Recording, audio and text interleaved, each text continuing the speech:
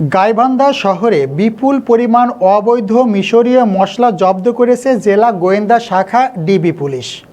অভিযানে ৮৮ বস্তায় থাকা প্রায় ২,২০০ কেজি মশলা উদ্ধার এবং ২ জনকে গ্রেপ্তার করা হয়েছে।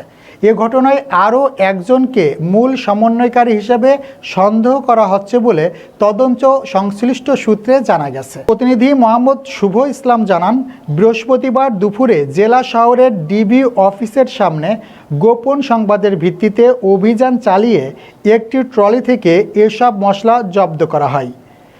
একই সঙ্গে অবৈধ চালান বহনের অভিযোগে ২ জনকে গ্রেপ্তার করা হয়। তদন্ত সংশ্লিষ্ট একটি সূত্র জানায়, বগুড়ার শাহিন নামের এক ব্যক্তি এই চালানের সঙ্গে জড়িত থাকার অভিযোগ রয়েছে। অভিযানের সময় তিনি পালিয়ে যান।